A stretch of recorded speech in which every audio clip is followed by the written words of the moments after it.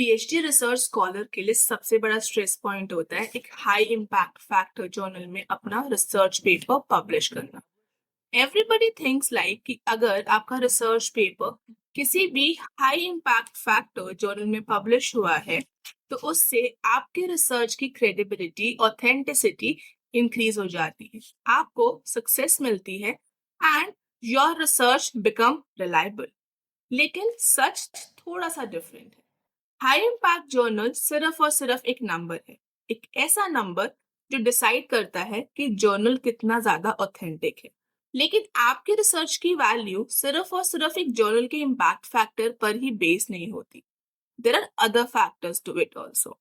आज की इस वीडियो में मैं आपको बताने वाली हूँ क्या हाई इम्पैक्ट जर्नल का ऑब्सेशन सही है या फिर नहीं है, एंड और कौन से ऐसे फैक्टर्स हैं जो आपके रिसर्च पेपर की वैल्यू को इंक्रीज करने में हेल्प करते हैं।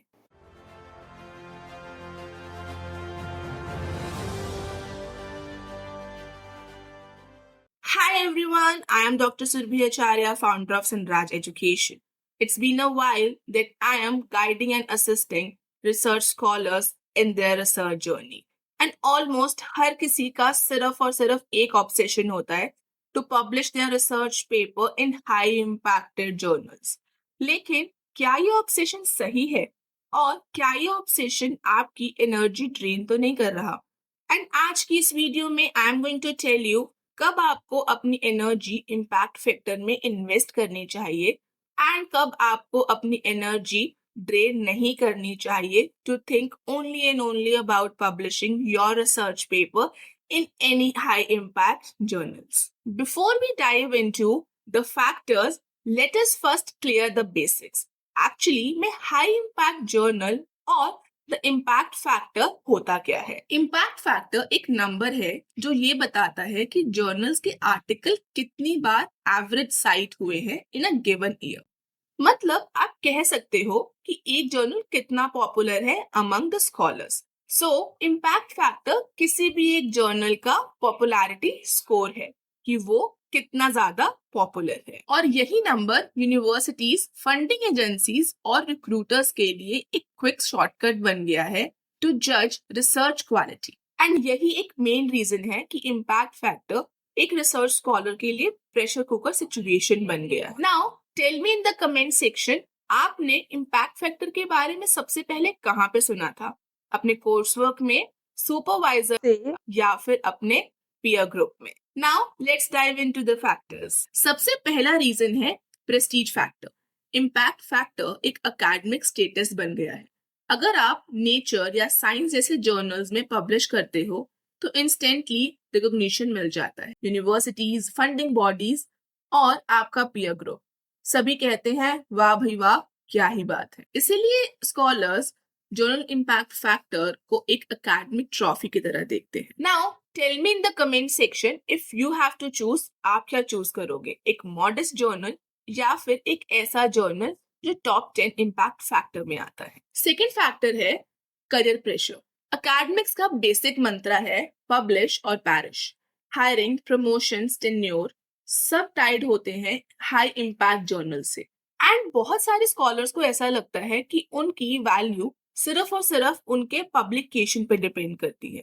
जितने हाई इम्पैक्ट पेपर में जर्नल पब्लिश होंगे उतनी बेटर उनकी क्रेडिबिलिटी और उनकी वैल्यू इंक्रीज हो जाएगी। लेकिन ये सच नहीं है। नो मैटर आपके पास कितने सारे रिसर्च पेपर्स हैं जो आपने किसी एक हाई इम्पैक्ट जर्नल में पब्लिश करे हैं, आपकी रिसर्च की क्वालिटी, आपकी क्रेडिबिलिटी एंड आपके रिसर्च की ऑथेंटिसिटी, इसके अलावा भी कुछ फैक्टर्स हैं जिस पे डिपेंड करती है, जैसे research quality and originality, teaching and mentoring contribution, grants और फंड्स आपकी एबिलिटी को ट्रैक करते हैं, networking and collaborations, and the most important one, conferencing and presentations. सिर्फ और सिर्फ पब्लिकेशन ही सब कुछ नहीं है, लेकिन हाई इम्पैक्ट को एक ऐसा शॉर्टकट बना दिया है कि आपके रिसर्च की वैल्यू एंड आपके रिसर्च के करियर की वैल्यू उसके ऊपर डिपेंड करती है। So while you are publishing your research paper, सिर्फ और सिर्फ हाई इम्पैक्ट जर्नल के अलावा जो मैंने आपको फैक्टर्स बताए हैं उनके ऊपर भी अगर आप फोकस करोगे तो you will get a good research and आपकी क्रेडिबिलिटी भी इंक्रीज होगी। थर्ड रीजन है the social comparison. Every time we heard मेरा पेपर XYZ टॉप जर्नल में एक्सेप्ट हो गया है, और फिर हमें लगता है कि अरे यार मेरे साथ तो ऐसा कुछ हुआ ही नहीं है। This inferiority, imposter syndrome and research को शॉर्टकट से करने का माइंडसेट आपको इस तरीके की सिचुएशन में लेके जाता है। And the worst part is this race is actually endless. आपने हाई इम्पैक्ट जर्नल में पेपर पब्लिश कर लिया तो अगले दिन आपको कोई और रेस मिल जाएगी। अगर आपने वो भी कंप्लीट कर ली, there are a lot of more race. So, race में आपको नहीं भागना है. You need to understand आपका रिसर्च, आपकी प्रॉब्लम एंड आपका सॉल्यूशन, ये सबसे ज्यादा मैटर करते हैं. So instead of focusing on making your research better, instead of focusing making your solutions in a way कि वो सोशल एंड कॉर्पोरेट दोनों को हेल्प करे, हम जितने भी स्कॉलर्स हैं वो सारे के सारे हाई इम्पैक्ट फैक्टर जर्नल की रेस में भागने लग जाते हैं, और इन सारी रेस में वो यही भूल जाते हैं कि जो पेपर आप पब्लिश कर रहे हो उसकी क्वालिटी क्या है, उसकी क्रेडिबिलिटी क्या है, और आपका आइडिया कितना ओरिजिनल है. So whether it is social pressure, supervisor pressure, university pressure और पीयर ग्रुप प्रेशर में आपको नहीं आना. You need to understand that research time taking होती है और रिसर्च में ओरिजिनलिटी मैटर करती है. Now tell me in the comment section, do you also feel peer pressure or society pressure while you are publishing your research paper? और सबसे बड़ा myth है एक high impact factor journal में paper publish करना कि अगर हाई इम्पैक्ट में पेपर पब्लिश हुआ है तो वो गारंटीड क्वालिटी का पेपर होगा. ये सबसे बड़ा मिथ है.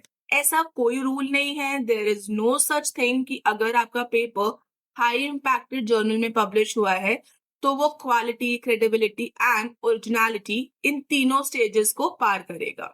There are a lot of people जो सिर्फ और सिर्फ अपना क्रेडिट स्कोर और अपनी क्रेडिबिलिटी एंड अपनी रिसर्च की वैल्यू इंक्रीज करने के लिए पेपर्स हाई इम्पैक्ट जर्नल में पब्लिश करते हैं. And there are some hidden root also.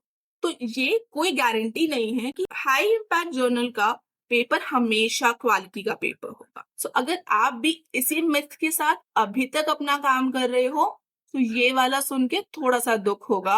High impact factor journal doesn't guarantee quality. बहुत सारे ground breaking studies initially low impact या फिर नीश जर्नल्स में पब्लिश होती है. अगर आप सिर्फ और सिर्फ जर्नल इम्पैक्ट फैक्टर के पीछे भागते रहोगे तो कभी कभी मीनिंगफुल रिसर्च को आप इग्नोर कर सकते हो. तो अब इसका सॉल्यूशन क्या है, आओ वो समझते हैं.